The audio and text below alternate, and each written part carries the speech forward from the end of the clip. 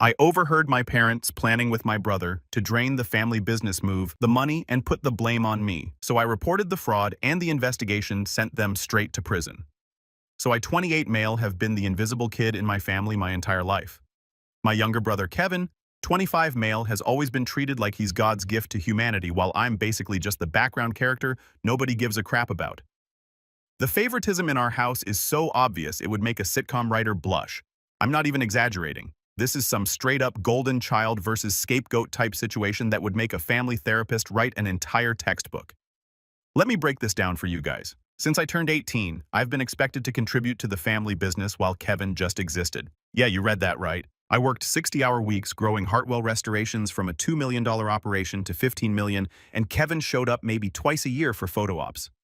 Meanwhile, he got praised for breathing, while I got told my work was adequate. Adequate. I literally tripled the company's revenue, and that's the word they chose. The double standards don't stop there. When I graduated high school with honors while working part-time at the shop, my parents said, "That's nice," and went back to planning Kevin's graduation party, forgetting a 2.4 GPA after 5 years because he failed 2 classes. When I brought in our biggest client ever, the Jacobson Museum contract worth $3 million over 5 years, Dad told Kevin great job on the networking at the next board meeting. Kevin had literally never met anyone from that museum. I did all the work, I made all the calls, I drove 3 hours each way for the meetings, he got all the credit. I still remember this one time in high school when I made the honor roll every single semester for 4 years straight. You know what my parents did to celebrate? Nothing. Literally nothing. Meanwhile, Kevin got a car for passing his driver's test on the 3rd try, a brand new car, because apparently operating a vehicle at a basic competency level after multiple failures deserves a $15,000 reward. But academic excellence deserves a "that's nice, dear." Christmas was always a complete joke in our house too. Kevin's pile of presents would be stacked to the ceiling, all the latest gaming systems, best clothes, whatever he'd been whining about for the past 6 months. My pile. Whatever was on clearance, maybe a flannel shirt if I was lucky, and occasionally something actually useful for my projects. Practical gifts, Mom would say, with this smug look like she deserved a medal for buying me work gloves, while Kevin unwrapped a new laptop. The thing is, Kevin was just as bad as my parents in his own way, entitled selfish smug about his golden child status. He'd rub it in my face constantly. Mom said yes to me, but she'd probably say no to you. He'd smirk when we were kids, or he'd accidentally break my stuff and then act all innocent when I got mad. One time, he took my restored vintage radio, something I'd spent 6 months fixing, and just left it out in the rain. When I got upset, my parents told me I needed to be less materialistic. Meanwhile, when I accidentally stepped on Kevin's shoelace and he tripped, I was grounded for a week. I figured out pretty early that nobody in this family had my back except me. So I shut up, kept my head down, and worked my butt off. Got my first real job at the shop when I was 16, saved every penny, started learning everything I could about running the business. Didn't need their validation anyway, or so I told myself every night when I heard them laughing with Kevin downstairs while I was alone in my room. My room was always the smallest one in the house, by the way, the one at the end of the hall that used to be a storage closet before they converted it for me. Kevin's room was twice the size with its own bathroom. When I asked about switching when I was 13, Mom told me I should be grateful to have a room at all. That pretty much summed up my entire childhood experience. Dad would take Kevin to baseball games, to car shows, to all the father-son stuff you see in movies. I'd ask to come along sometimes. The answer was always, "Next time, buddy," or "This is a Kevin thing." Next time never came. There was no Nate thing. There was just me in the garage teaching myself how to fix things because nobody else was going to teach me. But here's where my grandpa comes into the story, and this is important. Grandpa Ray was the only one who ever really saw me. Ironically, he was my dad's father, a former army mechanic and old-school car guy who could strip an engine blindfolded if he had to. The man was a legend with anything mechanical. While my parents were busy cheering at Kevin's mediocre baseball games or obsessing over his social life, I'd be at Grandpa's garage learning how to rebuild carburetors and replace transmissions. Those were the only days I actually felt like someone gave a damn about me. "You got something special in those hands, boy," he'd tell me while we worked side by side on whatever project he had going. Your dad never had the patience for this stuff, always too busy chasing the next promotion, the next big deal. He'd shake his head like he couldn't quite figure out where he went wrong with his son. Grandpa saw right through my parents' favoritism. This one time when I was 15, my parents forgot my birthday, like completely forgot. Not "we'll celebrate later," "we'll celebrate." Forgot. Actually forgot that March 15th was a day that existed and had meaning. They remembered that Kevin had a party to go to that day, and the whole family had to drive him there. My mom actually said, "Oh, it's your birthday tomorrow, isn't it? We'll celebrate next weekend." They didn't even get me a cake. Next weekend never came either, just never mentioned again. When Grandpa found out about the birthday thing, he was livid. He showed up at our house that night with a beautiful set of precision tools I'd been eyeing for months at the hardware store. "Happy birthday, kiddo," he said loud enough for my parents to hear from the kitchen. Some things are worth celebrating properly. The look on my dad's face was priceless, half embarrassed, half annoyed that his own father was calling him out. Every Christmas when I'd open those practical gifts from my parents' socks, school supplies, whatever, Grandpa would sneak me something real quality tools, mostly stuff I still use today. One year my parents actually complained about it. My mom had the nerve to say, "He doesn't need to be spoiled." Joe, like a decent set of wrenches, was equivalent to the new gaming console Kevin had just unwrapped. Grandpa just stared her down like she was speaking nonsense. Recognizing talent ain't spoiling, it's investing. Then he winked at me. When I was 20, Grandpa got diagnosed with Parkinson's. Terrible news. Obviously, he couldn't work on cars anymore, couldn't do the things that made him feel alive. I spent as much time with him as I could, even when my parents complained that I was neglecting family obligations, meaning I wasn't available to cover for Kevin's constant absences at the shop. Before Grandpa passed 3 years ago, he pulled me aside during one of my visits. His hands were shaking badly by then, but his eyes were still sharp. "Don't trust your father," he told me. "I've seen how he looks at that company like it's just money waiting to be spent. Promise me you'll protect what we built." I promised. I didn't know then how important that promise would become. Now here's the part you need to understand about Hartwell Restorations. Grandpa started the company in 1965 with nothing but a single bay garage and a talent for making old cars run like new. By the time he couldn't work anymore, it had grown to a 16-bay facility with 31 employees, contracts with museums and collectors across 3 states, and a reputation for quality that took decades to build. When Grandpa got too sick to run things, my dad took over, and that's when things started to change. Not obviously at first, just little things. Equipment orders that didn't quite add up, vendors I'd never heard of, expenses that seemed higher than they should be. I flagged some of it to my dad, and he told me to focus on my job and stop playing accountant, so I did. Biggest mistake I ever made. For the next 3 years, I buried myself in the actual work while my parents and Kevin handled the business side. I rebuilt engines, restored classics, trained new guys, brought in clients, and managed relationships. The company kept growing, and I told myself that meant everything was fine. I was so stupid. Last month, everything changed. I was working late at the shop, which wasn't unusual. I practically lived there sometimes, especially when we had big projects coming due. What was unusual was hearing voices coming from the kitchen area of the office, my parents and Kevin, who almost never showed up after hours. Kevin barely showed up during regular hours. I wasn't trying to eavesdrop at first. I just wanted to grab a coffee before getting back to the Henderson project. But then I heard my name, and something made me stop. I pressed my ear against the door. Dad's voice cut through the silence like a knife. "Kevin gets everything, the house, the business, the investments, all the offshore accounts. Nate, he's not getting a single thing." Mom's laughter followed, sharp and cruel, the kind of laugh that tells you exactly where you stand in a family. He never deserved it anyway, always so eager to please like a stray dog begging for scraps. My hands started trembling as I watched them clink their glasses through the crack in the door.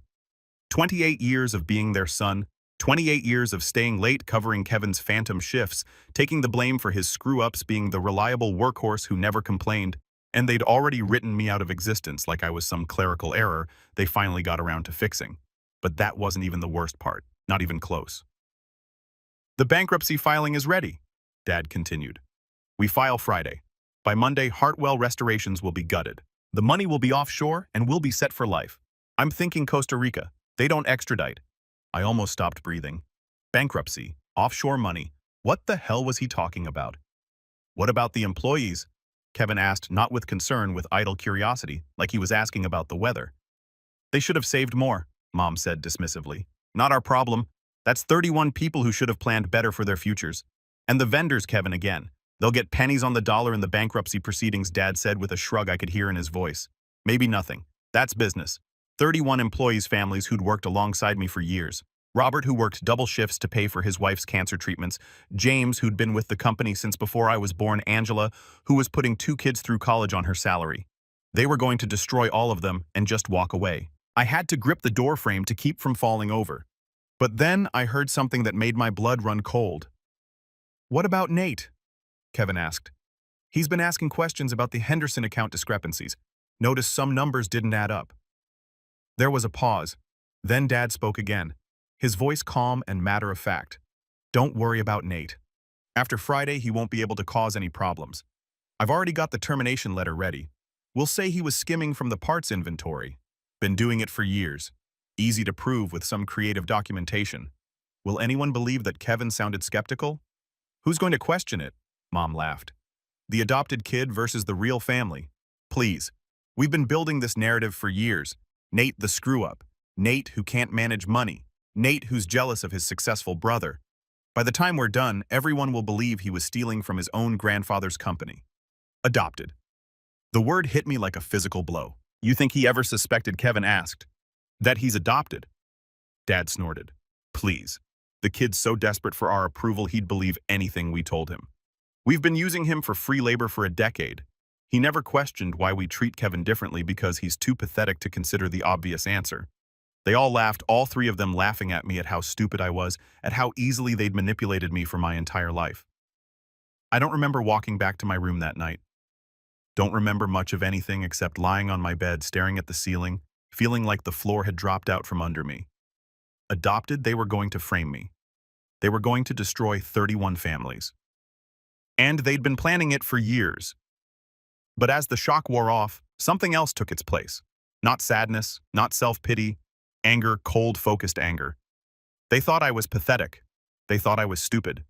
They thought I'd roll over and take whatever they decided to dish out. Same as I'd been doing my whole life. They had no idea who they were dealing with. See, here's what they didn't know. Last month, Dad had knee surgery. Nothing serious, but he needed someone to handle business matters while he recovered. So he gave me power of attorney, full access to every account, every document, every system in the company. And in the chaos of his return to work, nobody had remembered to revoke it. The grandfather clock chimed midnight as I slipped into Dad's study. My hands shook as I pulled open the mahogany drawer where he kept his important documents. What I found confirmed everything I'd overheard, and more. Kevin Hartwell. Kevin Hartwell. Kevin Hartwell. Every document, every deed, every investment account bore my brother's name. The company I'd built with my own hands, Kevin Hartwell sole beneficiary.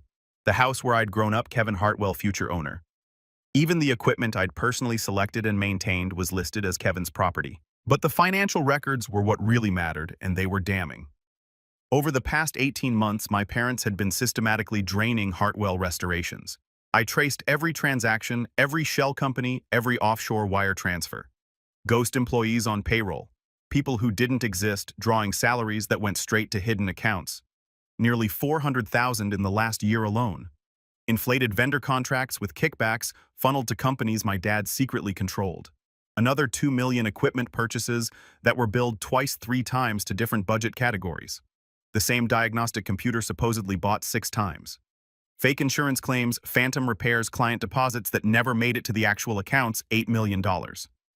They'd stolen $8 million from the company Grandpa built, and they were planning to take the rest before declaring bankruptcy. And tucked behind all those financial documents was a manila folder labeled Confidential 1999.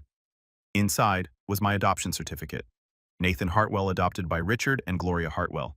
Date of adoption, March 15th, 1999. I was 3 years old when they took me in, and they'd never told me not once in 25 years. I photographed everything, every document, every email on the shared drive, detailing their scheme, every wire transfer confirmation, every forged invoice. Then I found the emails about me specifically. Nate's getting suspicious. He asked about the Henderson account discrepancies. Don't worry, I've already prepared the documentation to frame him. Backdated receipts, forged signatures on expense reports. After Friday, Nate will be facing embezzlement charges while we're sipping cocktails on the beach. Perfect. The ungrateful little charity case finally gets what he deserves. Charity case. That's what they thought of me. The son they'd adopted and then spent 25 years resenting for not being their real child. I didn't sleep that night. I had too much to do. The next morning, I called my buddy Joel. We'd been friends since high school, stayed close through the years, even when my family tried to isolate me. He'd become a corporate attorney. Smart guy, good instincts, and most importantly, someone I could trust. I need to meet you, I told him. It's urgent. and bring whatever paperwork you need to set up a protective trust. When I showed Joel everything, the fraud evidence, the bankruptcy plan, the scheme to frame me, the adoption certificate, his face went through about 17 different emotions in 30 seconds. "Nate," he said, slowly setting down the papers, "this is massive. We're talking federal crimes here. Wire fraud, tax evasion, conspiracy. They're looking at serious prison time. I know. Your whole family, your parents, your brother. They could all go to prison for decades. I know that too." He studied my face for a long moment. "What do you want to do?" I looked him straight in the eye. "I want to save the company, protect the employees, and make sure my family faces consequences for what they've done." Joel nodded slowly like he'd expected that answer. "Then we've got about 60 hours before they file that bankruptcy. Let's get to work." Over the next 48 hours, we executed a plan that would have made Grandpa proud. First, we secured the assets. Using my still valid power of attorney, I transferred $12 million, every liquid asset the company had, into a protected trust account specifically structured to benefit creditors and employees. Completely legal. I was acting to protect stakeholders from fraudulent bankruptcy proceedings. That's not just legal. It's a fiduciary responsibility. Joel walked me through every step, made sure every document was properly filed, every transfer properly authorized. We weren't cutting corners. We weren't doing anything shady. We were doing exactly what the law requires when you discover corporate fraud. Second, Joel flagged the suspicious transactions to the FBI's Financial Crimes Division. Not anonymous this time. We went in person, sat down with an agent, and laid out everything I'd found. Turns out they'd already been watching some of my parents' offshore accounts from a separate investigation. My documentation was the missing piece they needed. Third, and this was the part that really mattered to me, we reached out to the senior employees. I met them at a diner 5 miles from the shop neutral territory. James McCready, who'd been with the company 30 years. Angela Torres, who ran our parts department like a general. Dave Kowalski, head of our paint division. Susan Walsh, office manager, who taught me the business side when I was just starting out. And Robert Simmons, our night security guard, who'd let me into the building at 2 in the morning without asking questions. They already knew something was wrong. Turns out they'd been documenting their own suspicions for months. Strange transactions they couldn't explain, equipment that was supposed to arrive but never did, ghost employees they'd never seen. They just didn't know who to trust. When I showed them what I'd found, when I told them about the bankruptcy plan, about the offshore accounts, about the 31 families my parents were planning to destroy, the room went silent. Then James McCready, this grizzled old mechanic who'd known me since I was a teenager, looked me dead in the eye. "Your grandfather hired me when I was 19 years old," he said. "Gave me a chance when no one else would. Taught me everything I know. I watched him build this company from nothing. And I'll be damned if I let his son destroy it." One by one, they all pledged their support. Angela with her spreadsheets of suspicious transactions. Dave with records of equipment that existed on paper but never in the shop. Susan with copies of forged signatures she'd noticed but been too afraid to report. Robert with security footage that showed Kevin removing files late at night. For the first time in my life, I had an army at my back. People who actually cared. People who saw my value when my own parents never could. The explosion came Thursday morning. I was in the break room pretending to read a magazine and nursing my third coffee when Kevin burst through the door. His designer suit was wrinkled, his hair disheveled. The golden boy had clearly had a rough morning. "You." He pointed at me. "What did you do?" I looked up calmly. "Good morning to you too, Kevin." "Coffee? Don't play games with me. The accounts are frozen. The transfers won't go through. Dad's been on the phone with the bank for 2 hours and they keep saying something about a trust protection order. What did you do?" I set down my magazine and took a slow sip of coffee. "Sounds like someone's been managing the company's assets responsibly. You know, the thing you were supposed to be doing all these years while you were actually just showing up for photo ops." His face went purple. "You had no right. Actually, I had power of attorney, full legal authority. And when I noticed some irregularities in the company finances to the tune of about $8 million, I took steps to protect the creditors and employees. You're welcome." That's when my parents appeared in the doorway. Mom's face was pale, her perfect makeup slightly smudged like she'd been crying, or maybe just not sleeping. Dad looked like he was 1 blood pressure point away from a stroke. "Nathan," Dad said, using my full name in that tone he reserves for serious conversations. "We need to talk in my office now." So we talked, if you can call it that. The 3 of them sat on one side of Dad's massive desk like it was a tribunal. Kevin on the left, Mom on the right, Dad in the center like some kind of judge. I sat across from them completely calm. I'd been preparing for this moment for 48 hours. They had been lying to me for 28 years. I knew their weaknesses, their tells, their patterns. For the first time in my life, I had the advantage. "What the hell do you think you're doing?" Dad demanded. His face was red veins bulging in his neck. The look he used to give me when I was a kid, and he wanted me to back down. I didn't back down anymore. "Protecting Hartwell Restorations," I said simply. "From fraud." The word hung in the air like a grenade with the pin pulled. "You don't know what you're talking about," Mom said, but her voice cracked. "Don't I?" I pulled out my phone and started reading. Ghost invoices paid to Cayman Islands accounts, double-billed equipment purchases, contracts inflated by 20% with the excess disappearing offshore, ghost employees drawing salaries for work they never did because they don't exist, a bankruptcy filing scheduled for tomorrow that would destroy 31 families while you three sail off to Costa Rica. Nobody moved. And my personal favorite, I continued watching their faces. The plan to frame me for embezzlement when I got too close to the truth. Really backdated receipts and forged expense reports, you thought that would hold up to investigation. Kevin lunged at me across the desk. I stepped aside and he sprawled onto the floor, knocking over Dad's lamp. "Careful," I said, not even raising my voice. "Wouldn't want to add assault to your list of federal charges. Although honestly at this point, what's one more? How dare you?" Mom hissed. "After everything we've done for you. We took you in when nobody wanted you. We gave you a home, a family, and this is how you repay us." I laughed, actually laughed out loud.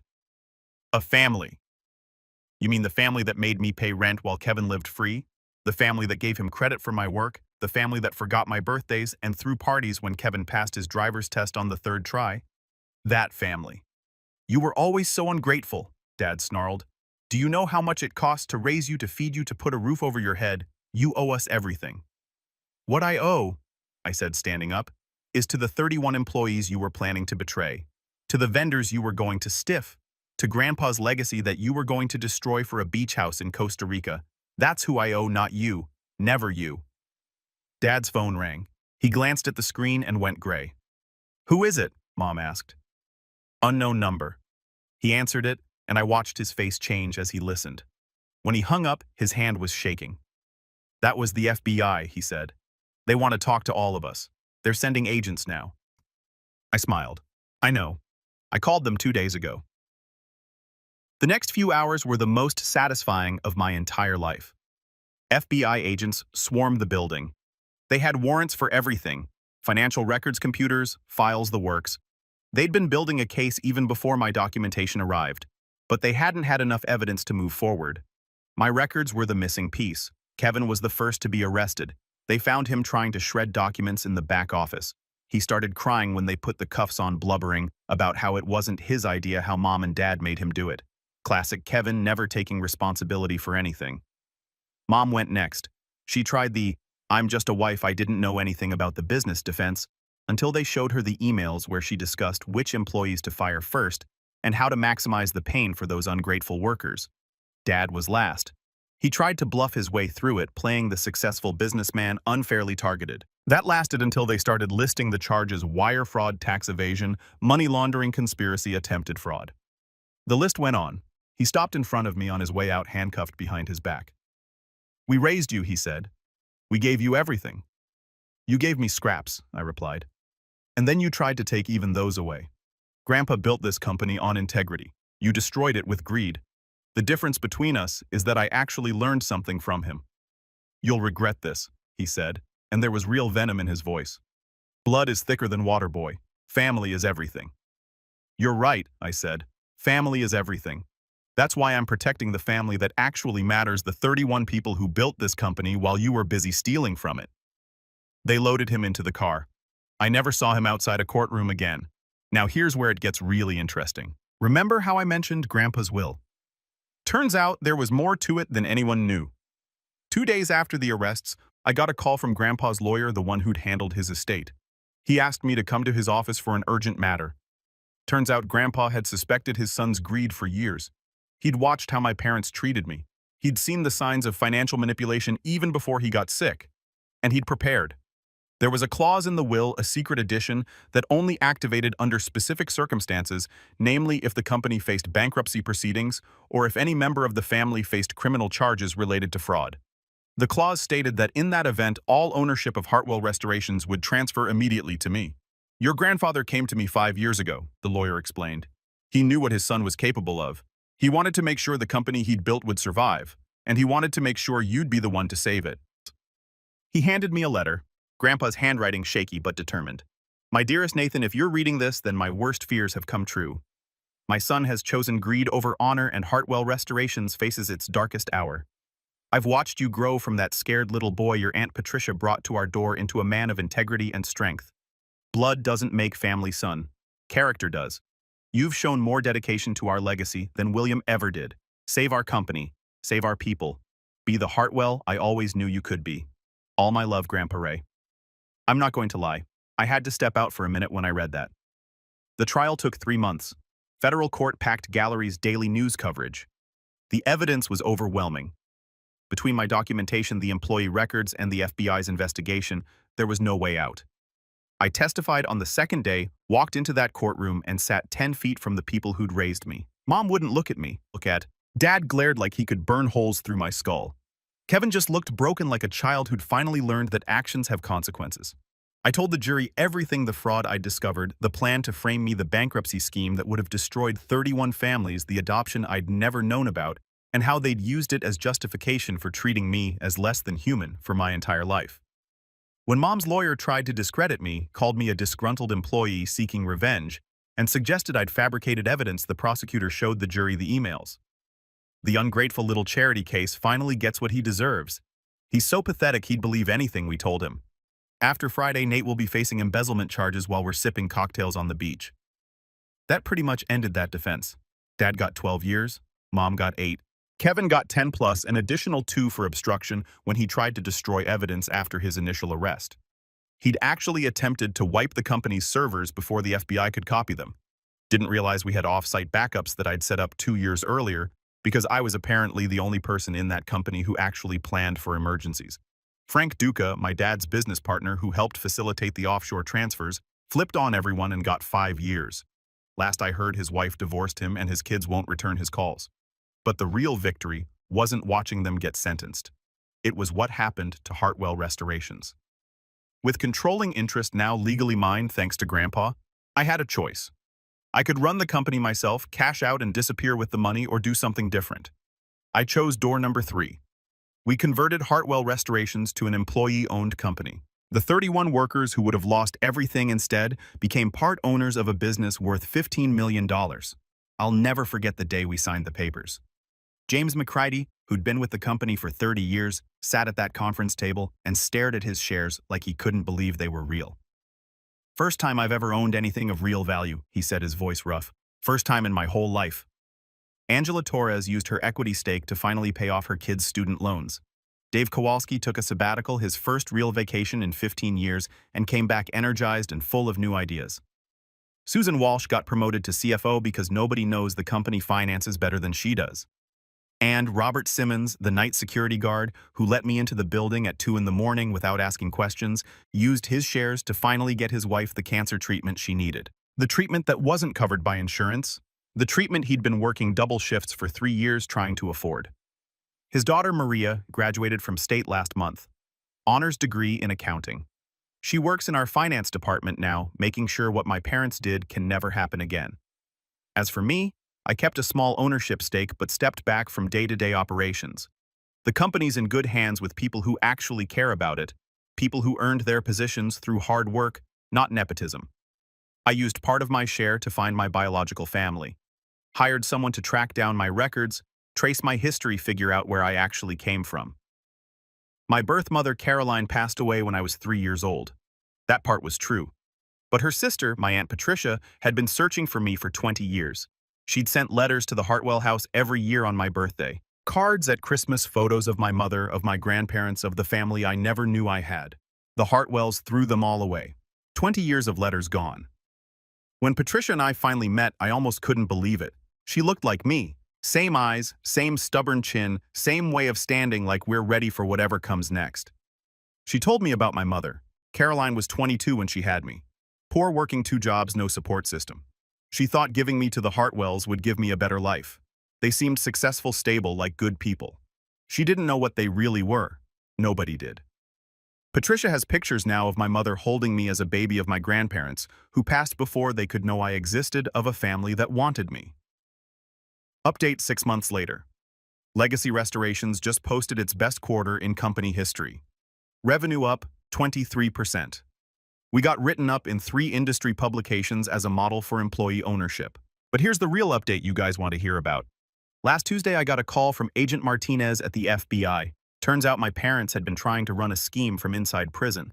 They'd convinced some old business associate to help them hide assets the feds had missed during the initial investigation, a storage unit in Nevada with about $200,000 in cash, and some bearer bonds Grandpa had bought back in the 80s. The associate got cold feet and contacted the authorities. Now my parents are facing additional charges. Dad's looking at another 5 to 8 years tacked onto his sentence. Mom's facing 3 to 5. Kevin tried to cut a deal by testifying against them again. The prosecutor laughed him out of the room. Apparently, my parents made me do it, doesn't work twice. But wait, it gets better. Remember Frank Duca, Dad's business partner who flipped on everyone? He got released early for good behavior last month. 2 days after he got out, he showed up at Legacy Restorations asking for a job. James McCready was the one who met him at the door, told him, "We don't hire people who steal from their employees." Frank tried to argue that he'd paid his debt to society.